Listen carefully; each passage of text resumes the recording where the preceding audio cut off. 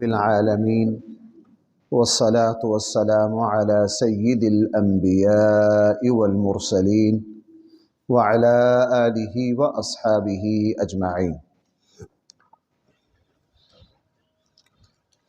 اما بعد فاعوذ باللہ من الشیطان الرجیم، بسم اللہ الرحمن الرحیم۔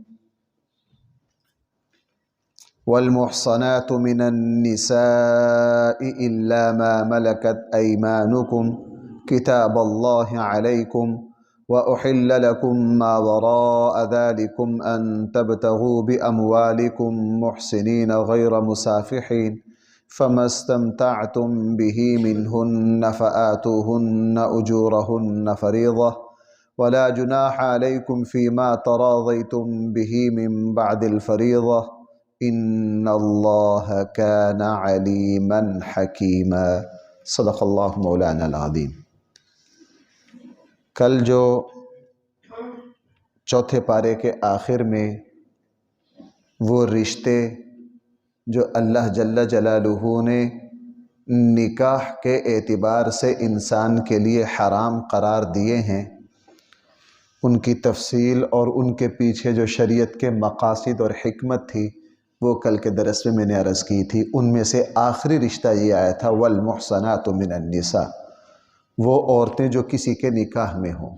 جو عورت کسی مسلمان مرد کے نکاح میں ہے وہ باقی مسلمان مردوں کے لیے حرام ہو گئی۔ اور میں نے کل کے درس میں عرض کیا تھا کہ اس کی اتنی رعایت ہے کہ اگر اس کے شوہر کا انتقال ہو جائے یا وہ اس کو طلاق دے دے تو عدت کے اندر بھی نکاح حرام ہے جب تک عدت نہ گزرے۔ بس آج ایک بات ذرا، قرآن نے پاک دامنہ عورت کو والمحصنات سے ذکر کیا ہے۔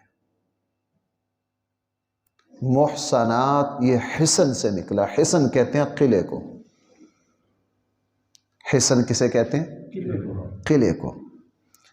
قرآن شادی شدہ عورت کو کہہ رہا ہے محصنات، وہ عورتیں جو قلعے میں محفوظ ہیں۔ جو کس میں محفوظ ہیں؟ قلعے میں محفوظ ہیں۔ قرآن کریم ایسے لفظ استعمال کرتا ہے کہ وہ لفظ جو ہوتا ہے، وہ جو پیچھے پورا فلسفہ ہوتا ہے نا، وہ قرآن کے الفاظ اس پورے فلسفے کی ترجمانی کرتے ہیں۔ وہ ایسے جامع الفاظ ہوتے ہیں قرآن کے۔ اب قرآن کریم نے یہاں یہ لفظ بول کے بتلا دیا کہ عورت کی حفاظت کا ذریعہ نکاح ہے۔ عورت کی حفاظت کا ذریعہ کیا ہے؟ نکاح ہے۔ اس کو ذرا اس طرح سمجھیے، جس طرح ہمارے یہاں یہ جو بیل ہے نا، اعلیٰ سے اعلیٰ کوئی بھی انگور کی کسی بھی چیز کی بیل ہو اور اس کو چڑھنے کے لیے سہارا نہ دیا جائے تو وہ ناکارہ اور بیکار ہو جاتی ہے۔ اسی طرح عورت اگر نکاح کے قلعے میں محفوظ نہ ہو تو ہمارے معاشرے میں آپ مجھ سے بہتر سمجھتے ہیں جو صورتحال ہوگی ہمارے اس وقت بے حیائی اور بے شرمی کے معاشرے میں، اس کا اندازہ کرنا کچھ مشکل نہیں ہے۔ دوسری بات، جو عورت قلعے میں محفوظ نہیں ہوگی وہ دن بدن کمزوری کی طرف جائے گی، بے بسی کی طرف جائے گی، تنہائی کا شکار ہوگی۔ اور جو عورت نکاح کے ذریعے محفوظ ہوگی وہ دن بدن آبادی کی طرف جائے گی۔ مثلا ایک مسلمان بیٹی کا نکاح ہو گیا، یہ میاں بیوی ہیں، آگے اللہ نے اولاد دے دی، اب اس کی تنہائی اللہ جل جلالہ نے اس میں برکت دے دی، یہ خود صاحب اولاد ہو گئی، اولاد بڑی ہو گئی، اولادوں کی شادیاں آ گئیں، آگے اس کا منصب دادی کا آ گیا، نانی کا آ گیا۔ اور آپ حضرات میں سے ماشاءاللہ اکثر بڑی عمر کے ہیں، آپ سمجھتے ہیں کہ بڑھاپے میں انسان کے لیے انسان کی اولاد، پوتے پوتیاں، یہ اللہ جل جلالہ بڑھاپے میں انسان کو کتنی روحانی طاقت دیتا ہے اس سے۔ اور ایک وقت آتا ہے کہ آخری عمر میں انسان کے بڑھاپے کے لیے دل کا سکون اور قرار یہی زندگی کا آگے کا پھل بنتا ہے۔ یہ عورت مضبوط سے مضبوط ہوتی ہے، اور جب یہ عورت دنیا سے رخصت ہو کر جاتی ہے تو پورا خاندان اس عورت کو اپنا سرمایہ سمجھتا ہے، اور وہ اپنے لیے اس کو محبت کی پناہ گاہ سمجھتا ہے، وہ اپنے لیے اس کو دعاؤں کا منبع سمجھتا ہے، وہ اپنے لیے اس بوڑھی عورت کو، دادی کو، نانی کو شفقت کا ایک چھت اور سہارا سمجھتے ہیں۔ یہ جیسے ہی جب آئی تھی اس نکاح میں اکیلی تھی، اور بعد میں یہ پورے خاندان کا منبع اور مرکز بن گئی۔ اب یہ چلی تھی تنہائی سے، آبادی کی سیڑھیاں چڑھتے چڑھتے چڑھتے چڑھتے چڑھتے اللہ نے اس کو کس مقام تک پہنچا دیا۔ اب اگر عورت جو ہے وہ شادی کے قلعے سے محفوظ نہ ہو، اس کا سفر اس سے بالکل الٹ ہوگا۔ ایک تو اس کی طرف ہر بے حیا کی توجہ اٹھے گی، ہر بدبخت و بد چلن اس کی طرف متوجہ ہوگا۔ یہ تو ہو گیا شرم و حیا کے اعتبار سے۔ جیسے ہی اس کی زندگی آگے بڑھے گی، یہ آہستہ آہستہ تنہائی کی شکار۔ ماں باپ ہیں وہ چلے گئے، بہن بھائی ہیں وہ اپنی اولادوں میں آ کر ہر کسی کا اپنا اپنا خاندان ہو گیا۔ آخری وقت جو ہوگا اس کا، وہ ہر اعتبار سے تنہائی کا، لاچاری کا، بے کسی اور بے بسی کا ہوگا۔ اس لیے قرآن نے یہاں لفظ استعمال کیا وَالْمُحْصَنَاتُ مِنَ النِّسَاءِ إِلَّا مَا مَلَكَتْ أَيْمَانُكُمْ۔ یہ 12 رشتے پیچھے پورے ہو گئے۔ آگے قرآن وہ رشتے بتا رہا ہے جن سے نکاح کرنا حلال ہے۔ ان میں سے فرمایا پہلا إِلَّا مَا مَلَكَتْ أَيْمَانُكُمْ، وہ عورتیں جن کے تمہارے ہاتھ مالک بن جائیں، یعنی تمہاری باندیاں، یعنی تمہاری باندیاں۔ باندیوں سے بھی حلال ہیں۔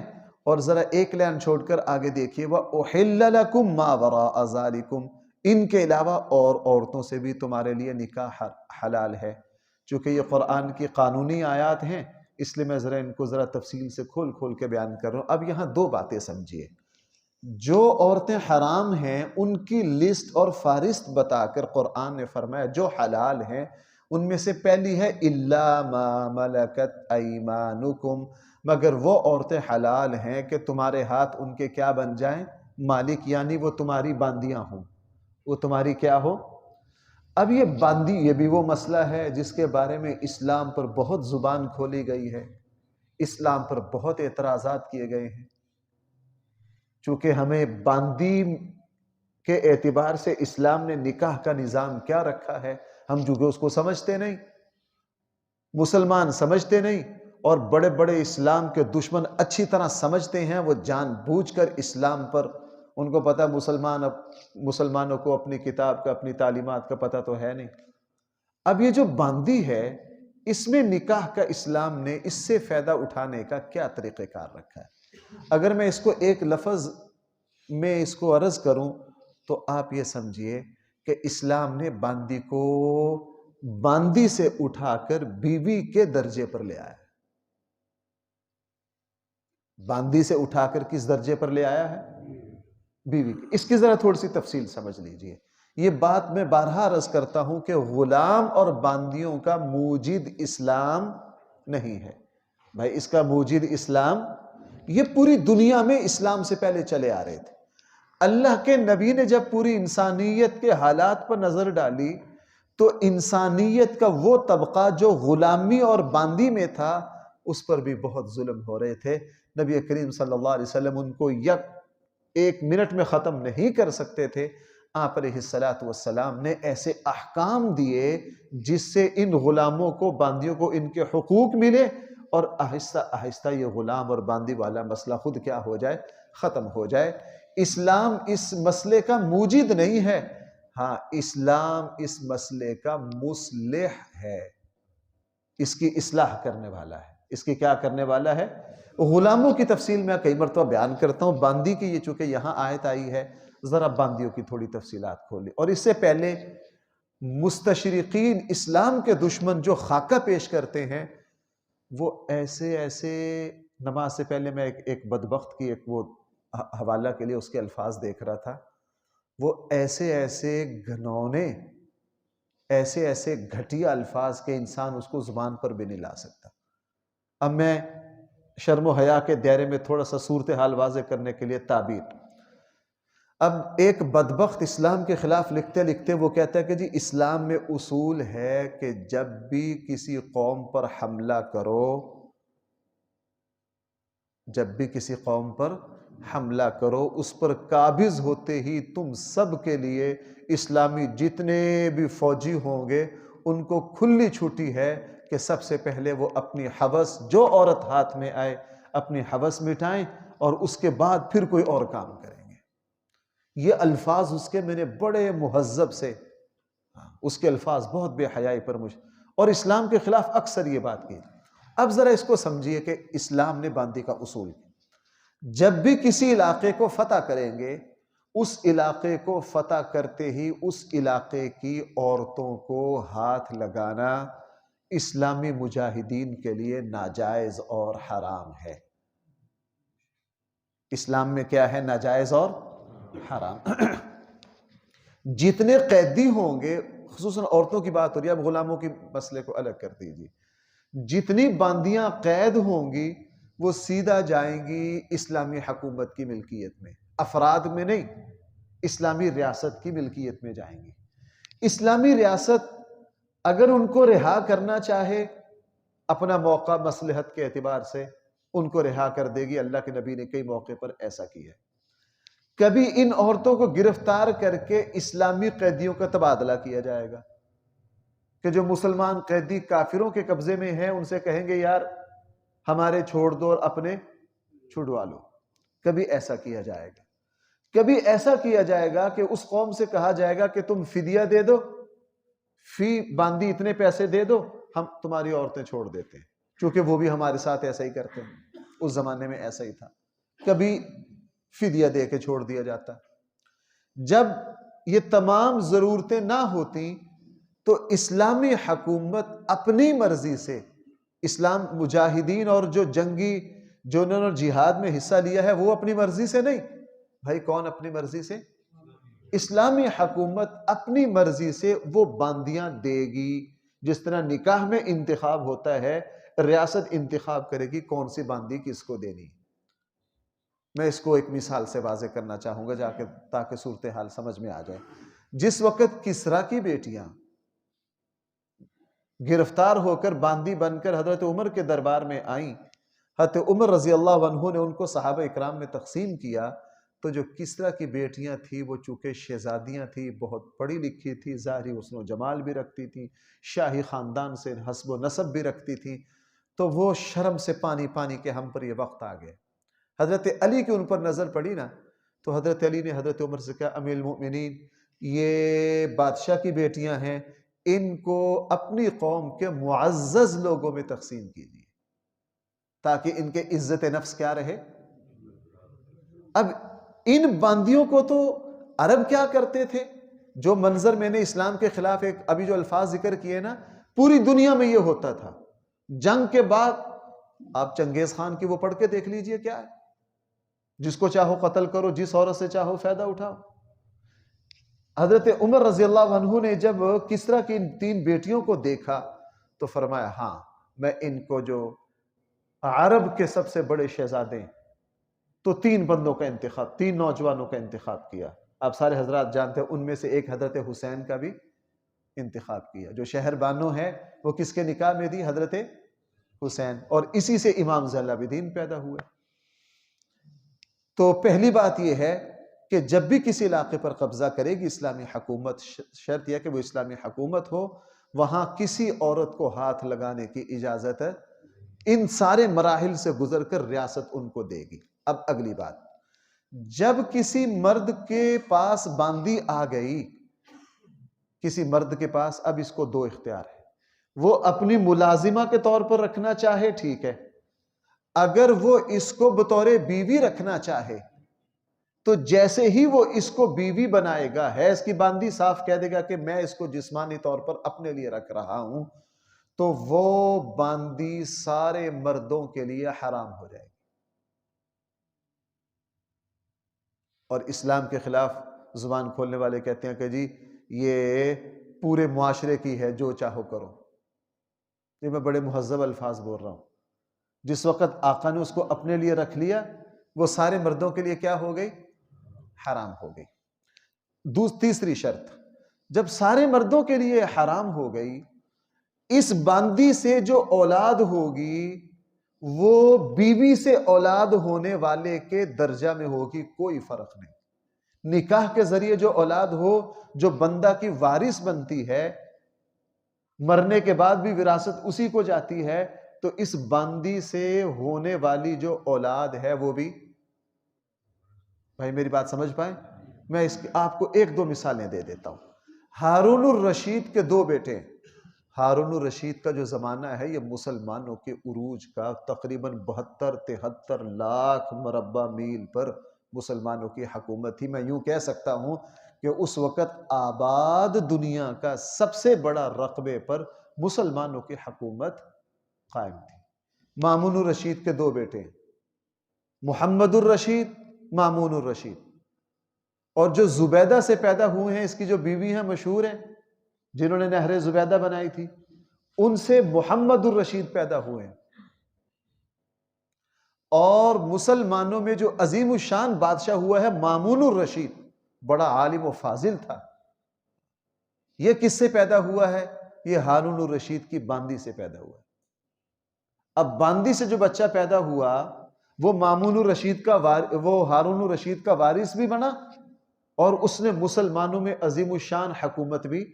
تو اسلام میں باندی کا اب یہاں وہی رتبہ آ گیا جو کس کا رتبہ ہے؟ بیوی کا۔ اگلی بات، اگر کسی شخص کو حکومت نے، ریاست نے باندی دی، اس نے بطور بیوی اس کو اپنے پاس رکھ لیا، جس وقت اس سے اولاد ہو گئی، اب اس باندی کو بیچنا خریدنا حرام۔ بھائی اس باندی کو بیچنا اور خریدنا کیا ہو گیا؟ حرام ہو گیا۔ اب جس کی اولاد ہو گئی اس باندی سے، بیوی کی طرح ساری زندگی وہ باندی اسی کے ساتھ رہے گی۔ اچھا، جس شخص نے باندی کو بیوی کے طور پہ رکھا اور اس سے اس کی اولاد ہو گئی، ہمیشہ ہمیشہ اس کے ساتھ رہے گی۔ جب اس کے شوہر کا انتقال ہوگا، اس کے مالک کا انتقال ہوگا، تو یہ عورت خود بخود آزاد، یہ عورت بھائی کیا ہو جائے گی؟ خود بخود آزاد ہو جائے گی۔ پانچویں چیز، جس وقت اسلامی حکومت اس عورت کو، اس باندی کو، اس بندے کی ملکیت میں دے گی، اس کی ملکیت میں دے گی، جس طرح طلاق پر عورت عدت گزارتی ہے، یہ باندی پہلے عدت گزارے گی، چونکہ سابقہ شوہر سے اس کا کیا ہو جائے گا؟ نکاح کیا ہو جائے گا؟ عدت گزار کر پھر اس مرد کے لیے یہ حلال ہوگی۔ اگر اس عورت کا آقا اس باندی سے جسمانی تعلق نہیں رکھنا چاہتا اور وہ اپنی باندی کو اجازت دے دیتا ہے کہ تم خود کسی سے نکاح کر لو، یا وہ خود رشتہ دے کر اپنی باندی کا نکاح کر دیتا ہے، اب اس باندی اس کی ہے، لیکن اس نے کیا کیا ہے؟ کسی دوسرے کے نکاح میں اس کے علاوہ، مالک کے علاوہ کسی سے بھی نکاح ہو سکتا ہے، نکاح کے علاوہ اور کوئی راستہ جواز کا۔ جب کسی دوسرے مرد سے نکاح کر دیا، اب یہ باندی جسمانی طور پر اس کے مالک پر بھی حرام ہو گئی، اس کے مالک پر بھی کیا ہو گئی؟ اب باندی اس کی ہے، گھر کے کام کاج سارے معاملات اس کے کرے گی، لیکن وہ بیوی کس کی ہے؟ جس سے اس نے کیا کیا ہے؟ اب مالک پر بھی حرام ہو گئی۔ نمبر 6، اس باندی کا جب کسی سے نکاح کرنا ہے، نکاح کے علاوہ اور کوئی آپشن مالک کے علاوہ کسی اور کے لیے نہیں ہے، جو میں نے عرض کیا اسلام کے خلاف جو اعتراض کیا گیا۔ اسلام میں اصول یہ تھا کہ جو باندیاں تھیں تو صحابہ اکرام اپنی بیٹیوں کی طرح ان کے رشتے طے کرتے تھے، اپنی بیٹیوں۔ میں نے کئی مرتبہ بتایا آپ کو، حضرت ام سلمہ رضی اللہ عنہا کی باندی تھی، اور حضور کی بیویوں کے پاس باندیاں بہت تھیں، حضور کی ساری بیویوں نے باندیوں کو پالا، بیٹیوں کی طرح رکھا۔ اب حضرت ام سلمہ کی باندی جو تھی وہ اتنی قابل اور ذہین تھی، اور حضرت ام سلمہ کی صحبت کی وجہ سے وہ اتنی بڑی عالمہ فاضلہ بن گئی کہ بڑے بڑے لوگوں نے نکاح کا پیغام دیا، حضرت ام سلمہ رشتہ نہیں دیتی، حضرت ام سلمہ فرماتی تھی کہ میری اس باندی کی ٹکر کا جب رشتہ آئے گا پھر رشتہ دوں گی۔ بھائی میری بات سمجھ رہے ہیں؟ ہاں، یہ عالمہ فاضلہ ہے، یہ قرآن کی عالمہ ہے، اس کی کوئی معیار کا رشتہ آئے گا۔ صدیق اکبر آئے حضرت ام سلمہ رضی اللہ عنہ کے پاس۔ اب ادھر حضور کی زوجہ مطہرہ ہے اور ادھر کون ہے؟ سیدنا صدیق اکبر رضی اللہ عنہ۔ سیدنا صدیق اکبر نے حضرت ام سلمہ کے سامنے اپنے غلام کا رشتہ پیش کیا۔ حضرت ام سلمہ نے فرمایا ہاں اب میری باندی کے جوڑ کا رشتہ آیا۔ تو حضرت ام سلمہ نے صدیق اکبر سے ان کے غلام کا رشتہ اپنی باندی کے لیے قبول کیا اور ان کا نکاح ہوا۔ ان کا کیا ہوا؟ اور پھر اسی غلام اور باندی کے بیٹے ہیں آگے حضرت حسن بصری رحمہ اللہ۔ حضرت حسن بصری جو ہیں یہ حضرت ام سلمہ کی باندی کے بیٹے ہیں، اور ان کے جو والد ہیں وہ سیدنا صدیق اکبر کے بیٹے غلام ہیں۔ سیدنا صدیق اکبر کے کیا ہیں؟ غلام ہیں۔ تو بہرحال یہ میں نے کچھ تفصیل عرض کی، اس میں 6-7 شکے اور بھی ہیں۔ یہ 10-11 شکوں کو مد نظر رکھ کر بھائی جو بات میں عرض کر پایا ہوں، اسلام میں باندی کا جسمانی اعتبار سے، ازدواجی اعتبار سے باندی کو وہی حیثیت دی گئی ہے جو حیثیت کس کی ہے بھائی؟ اس کی ایک مثال اور لے لیجئے۔ نبی کریم صلی اللہ علیہ وسلم نے ایک صحابی کو دہیہ قلبی رضی اللہ عنہ کو مقوقس شاہ مصر کے پاس اسلام کی دعوت دے کر بھیجا۔ یہ 8-10 دن رہے۔ مقوقس نے نبی کریم صلی اللہ علیہ وسلم کی خدمت میں جو تحائف اور ہدیے بھیجے اس میں سے حضرت ماریہ قبطیہ ایک باندی کو بھی بھیجا۔ اب یہ باندی کس کے پاس؟ اس نے ہدیہ کی باندی کس کو؟ نبی کریم صلی اللہ علیہ وسلم کو۔ نبی کریم صلی اللہ علیہ وسلم نے اس باندی کو اپنے لیے جسمانی طور پر حلال کر لیا۔ اگرچہ اہل علم کی دو بعض نے کہا آزاد کر کے نکاح کیا، بعض نے کہا نہیں بطور باندی۔ بطور باندی کیا کیا؟ اور ان سے پیدا ہوئے نبی کریم صلی اللہ علیہ وسلم کے بیٹے حضرت ابراہیم۔ کون پیدا ہوئے؟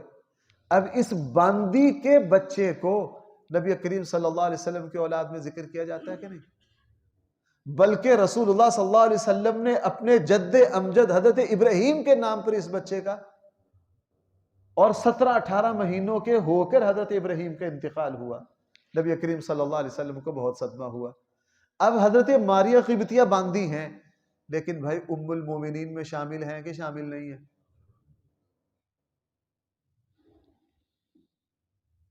صرف یہ ایک واقعہ ہی حضور علیہ السلام کا اسلام میں باندی کی کیا حیثیت ہے اس کو کھولنے کے لیے کافی ہے۔ اب حضرت ماریہ قبطیہ جو ہیں حضور کی باندی ہیں، ان سے جو بیٹے ہوئے وہ حضور کے بیٹوں میں شامل ہیں۔ حضور نے اپنے دادا کے نام حضرت ابراہیم کے نام پر نام رکھا۔ نبی کریم صلی اللہ علیہ وسلم نے جب ان کو بطور بیوی رکھ لیا تو وہ امہات المؤمنین میں شامل ہو گئیں، وہ بھی امت کی ماں بن گئی۔ وہ بھی کیا بن گئی؟ امت کی۔ اور جو عورت نبی کریم صلی اللہ علیہ وسلم کے نکاح میں آئے وہ چونکہ امت کی ماں بن گئی ہے، اب امت کے لیے ماں کسی کے لیے بھی اپنی ماں سے نکاح کرنا جائز نہیں ہے۔ تو حضرت ماریہ جس طرح دوسری بیویاں نبی کریم صلی اللہ علیہ وسلم کی ماں بنی اور امت پر حرام ہو گئیں، بالکل اسی طرح حضرت ماریہ قبطیہ بھی امت کی ماں بنی اور پوری امت پہ کیا ہو گئی؟ کوئی ایک فرق بتایا جائے حضرت ماریہ قبطیہ میں اور دوسری بیویوں میں؟ صرف یہ ایک واقعہ ہی کافی ہے کہ ازدواجی طور پر، جسمانی طور پر اسلام نے باندی کو وہی حیثیت دی ہے جو حیثیت بھائی کس کی ہے؟ اس لیے یہ مسئلہ ہمارے یہاں جو جدید کالج یونیورسٹی کے طلباء ہیں، چونکہ وہ اس طرح کے میڈیا پر ایسی چیزیں دیکھتے ہیں، مجھے جب بھی جدید ماحول میں کہیں جانے کا موقع ملتا ہے تو یہ بڑا سوال کرتے ہیں، یہ کیا جی باندیاں تو فحاشی کے اڈے ہیں۔ ایک صاحب نے کہا باندیاں تو اسلام میں اس طرح جس طرح لوگ جسم فروش عورتوں کو رکھتے ہیں، اور خدا کے بندو اگر ایسا ہوتا تو قرآن اس کی کیسے اجازت دیتا؟ ہم چونکہ اپنے معاملات سے جاہل ہیں اس لیے ہمیں صورتحال کا پتہ نہیں ہوتا، اس لیے قرآن نے فرمایا جو عورتیں تمہارے لیے حلال ہیں ان میں سے پہلے نمبر پر ما ملکت ایمانکم، جو تمہاری کیا ہوں؟ باندیاں ہوں۔ کتاب اللہ علیکم، اللہ تعالیٰ نے یہ احکام تم پر فرض کر دیے ہیں، وَأُحِلَّ لَكُم مَّا وَرَاءَ ذَلِكُم، یہ جو رشتے پیچھے 12 آئے ہیں ان کے علاوہ تمہارے سارے باقی جو عورتیں ہیں وہ تمہارے لیے حلال ہیں۔ وہ تمہارے لیے کیا ہیں؟ اس میں جتنے بھی چچا زاد، پھوپھی زاد، خالہ زاد، اس کے علاوہ جو آگے، وہ سب کیا ہیں؟ وہ سارے حلال ہیں۔ اور ان حلال ہونے کی بھی کچھ شرطیں ہیں، ان تبتغوا باموالکم محسنین غیر مصافحین، یہ قرآن نے آگے اس کی کچھ تفصیل بیان کی ہے۔ انشاءاللہ اس آیت سے کل کا درس انشاءاللہ دوبارہ ہوگا۔ الحمدللہ رب العالمین، والصلاة والسلام على سید الانبیاء والمرسلین وعلى آلہ واصحابہ اجمعین۔ ربنا آتنا في الدنيا حسنة وفي الآخرة حسنة وقنا عذاب النار۔ ربنا ظلمنا أنفسنا وإن لم تغفر لنا وترحمنا لنكونن من الخاسرين۔ صلى الله تعالى على خير خلقه سيدنا ومولانا محمد وآله وأصحابه أجمعين برحمتك يا رحمن۔